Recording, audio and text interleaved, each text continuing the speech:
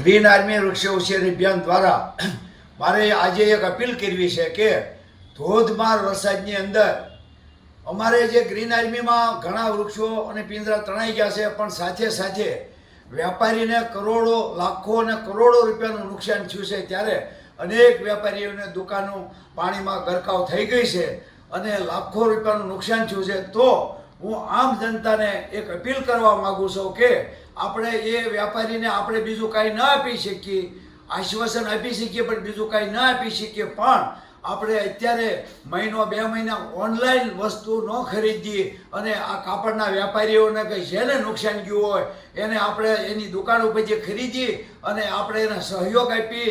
વંદે માતરમ, ભારત માતા કી જય.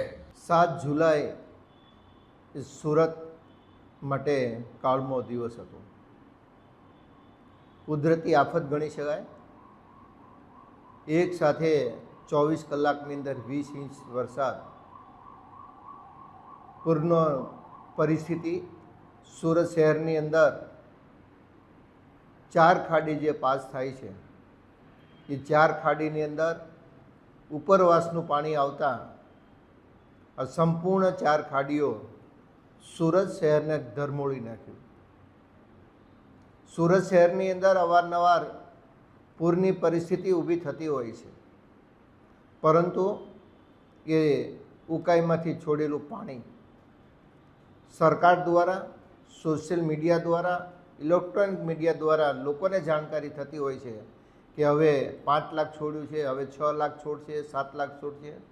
એટલે ધીરે ધીરે પાણી આવતું હોય છે અને લોકો પોતાની સલામતી, માલ સામાનને યોગ્ય જગ્યા ઉપર સ્થળાંતર પણ કરી શકતા હોય છે. ઓચિંતા પાણી ભરાતા સમગ્ર સુરત શહેરની અંદર, ખાસ કરીને ખાડીના કિનારે જે લોકો ધંધાકીય પ્રવૃત્તિ સાથે સંકળાયેલા હતા, એ ટેક્સટાઇલ ઇન્ડસ્ટ્રી હોય, પછી સામાન્ય કરિયાણાની દુકાનો હોય, ડાયમંડ ઇન્ડસ્ટ્રી હોય કે વર્કરોના મકાનો હોય, આ તમામ જગ્યા ઉપર મિનિમમ 2 ફૂટથી 10 ફૂટ સુધી પાણી સુરત શહેરની અંદર ભરાઈ ગયા હતા.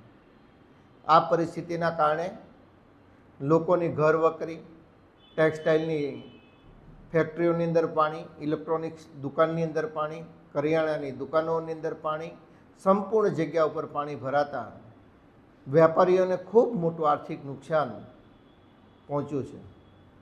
આર્થિક નુકસાનનો સર્વે સરકાર દ્વારા થઈ રહ્યો છે. સરકાર એને મદદ કરશે, પણ એક આ નાગરિક તરીકે આપણી સૌની ફરજ છે કે આવા નાના વેપારીઓને જે આ પૂર સંકટના કારણે આર્થિક નુકસાન વેઠવું પડ્યું છે એને બહાર કાઢવા માટે આપણે હવે ઓનલાઈન ખરીદી કરવા કરતાં હવે આ લોકોને આપણે કંઈક વકરો આપી જાતે આપણે ખરીદી કરવા જઈએ. આવી નાની નાની કરિયાણાની દુકાન હોય, શાકભાજીની દુકાન હોય, ઇલેક્ટ્રિક આઇટમોની દુકાનો હોય કે જે જીવન જરૂરિયાતની વસ્તુઓ આપણે ઓનલાઈન મગાવતા હોઈએ છીએ, એને ફિઝિકલ રીતે આપણે જો લેતા થઈએ તો કંઈક આપણે આવા લોકોને મદદરૂપ થઈ શકશું. એનો અહેસાસ આપણને થશે, એનો આનંદ પણ મળશે. હું સમગ્ર સુરત શહેરની જનતાને આપના માધ્યમથી અપીલ કરવા માગું છું કે ઓનલાઈન ખરીદી કરવા કરતાં આ હવે આપણા જ ભાઈઓને, આપણા જ વેપારીઓને બેઠા કરવા માટે, ફિઝિકલ ખરીદી કરવા માટે આપણે આગ્રહ રાખવો જોઈએ.